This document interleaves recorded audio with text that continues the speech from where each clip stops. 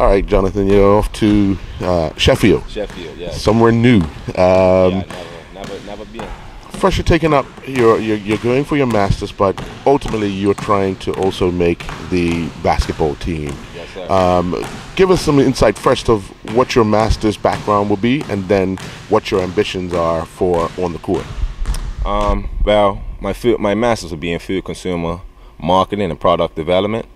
So basically, how the public sees food, how it can be marketed to different market groups, like youngsters growing up, the elderly, and what food areas will fit them. And then product development, because I'm interested in also creating an organic baby food line. Like we were saying just now, like a lot of people are not really knowledgeable on food and what it does to your body. And a lot of these products that you're even using nowadays has a lot of preservatives, has a lot of additives and different things in it that in the long term have been affecting people. Like, for example, when diet sodas came out, the cancer increased by 10%. And a lot of people don't know that. And people think, oh, it's diet, it's better, it's this and it's that. Just because it says it's diet or 0 calorie doesn't mean, you might be okay cutting a few calories, but you're putting something else into your body that's just hurting you just as bad.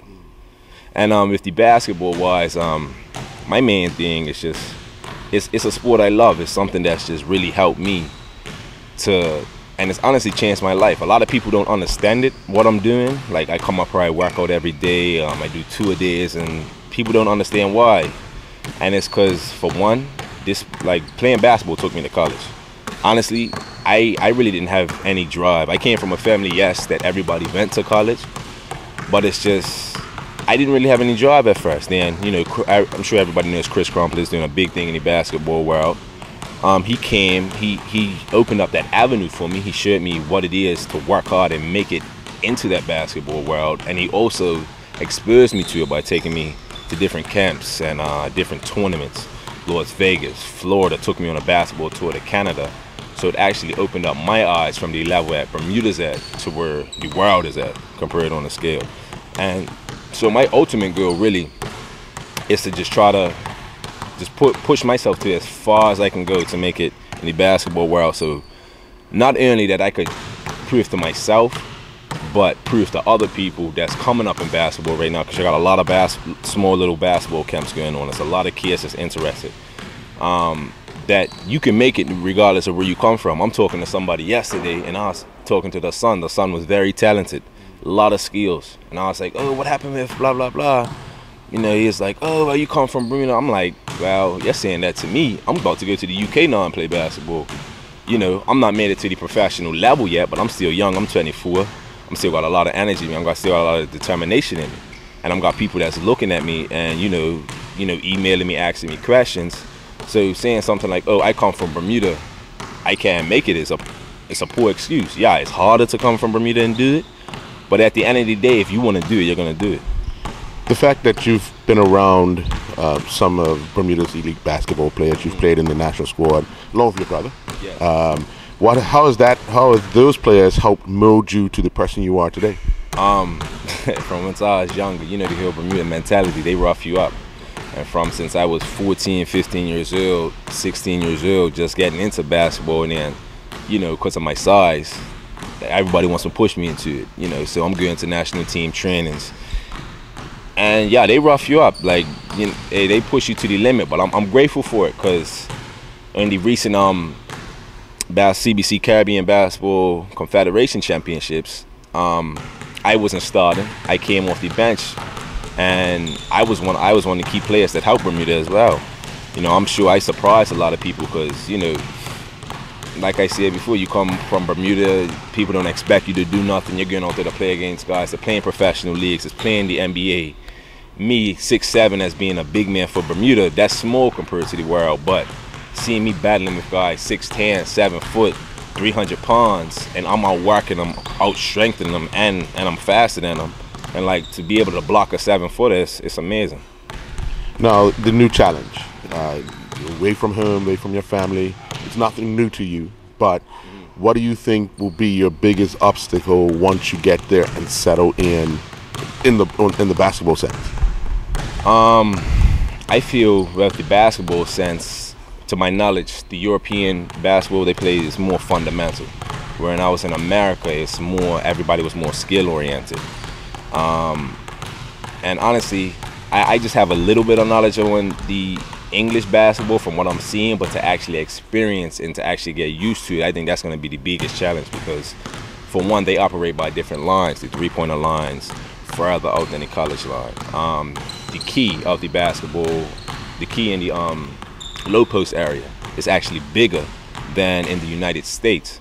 So it's just going to be having a, not that it's really going to take a toll on me, but I should be able to adjust fairly quickly. What would you consider your biggest strengths? My biggest strength, I'm gonna go at it every day, regardless. If you, like, especially if you tell me I can't do it or I won't make it, that just gives me fuel. Cause I'm even had people that I thought was closest to me, oh, y'all fool for doing that. Oh yeah, oh, it's 10 o'clock at night and you're doing all that working on and running. And it's starting to pay it off to me today. And I still feel I haven't made it. And even among some of my college teammates that I played with, they're like, hey, like it's like, keep pushing, like we're proud of you. Because even when I first went to college in the United States, it was an eye-opener for me, just the level of competition. And I played at Division II, and even at that level, the competition is there, the fight is there, and the hunger is there. And I was able to be from a player that nobody even wanted to play on the team on the court to actually being a starter on the team. So yeah, I feel that's my biggest strength, is being, you know, determined. I'm a push at it every day, regardless. Now, there's always challenges, and obviously you're doing this out of pocket sort of thing. Yeah. And young man doing something positive, you're looking for a little bit of assistance. How can people help you fulfill your dream, not only on the court but in your life as a chef or connoisseur? Just anything helps, and even if it's not financially, just positive words, reinforcement, just being encouraged. Like people don't realize how just words can help, and just to constantly push you and to keep you going. Just me being in the public and just random people coming up to me that I don't know, whether it's basketball, whether in the chef world, and it's like, hey, I had your food that I had cup match, or you know, I heard about you, you know, you're going on your trip. Hey, I'm proud of you, man. Keep pushing. Like people I don't even know, and it's just like, yeah, like, and that takes me to say, like, I never know who's watching me, and that also constantly keeps pushing me, because I don't know who I could be inspiring either. It could be somebody that's ready to give up, but I could possibly be their last hope, and I wouldn't even know it. And that's another thing that keeps me pushing as well. And yeah, just positive. And honestly, I feel that's probably the most you could do, even outside of financially, is just to encourage people in a positive manner. Because, you know, Bermuda, we're quick to rough each other up, real quick. So, you know, and it's all love, you know, it's all love. But when somebody really comes to you and like tells you, like, hey man, I'm proud of you, and somebody that, you know, used to rough you up back in the day, it's like, hey, I only did that to, you know, constantly push you and make you better. It's really an upliftment. For real, definitely is. And also, you know, I have a GoFundMe account where you can find, if you go on Bermuda, or it should be on Islandstats through the link, and also it'll be on my Instagram page as well. All right, well, good luck. We'll keep tabs on you. All I can say is all the best. Thank you. And you know, again, we'll be looking out to see how you make out in both, in the kitchen and on the court. But you'll be cooking on the court. Always gotta keep it up. Just and that's how I feel about just everything in life. Just keep perfecting yourself, keep getting better. You can't hurt yourself from keep progressing. You can't, whether it's physically, mentally, spiritually. Just always want to do better at what you do. Just and I feel that's kind of one of the biggest fear of mine, is just remaining average. Because I could have got my degree. Okay, I did my thing in these States, came back and just worked. I'm not satisfied with that.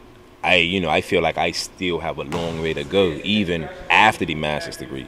As in, I want to be more of an influence within the community as well. Because nowadays you don't really have a lot of young men that's willing to stand up for what they believe in, or for example, or lead by example and whatnot. Right now, I wish I could have had a much more heavy influence on the community, but just with school and everything, I'm constantly gotta work. And then with me, I'm getting a little bit of assistance from the basketball side. They'll give me a scholarship. It covers half of the tuition. But yeah, I'm gotta constantly work, a full-time job and put hours in on the court and in the weight room in different areas to constantly keep myself better.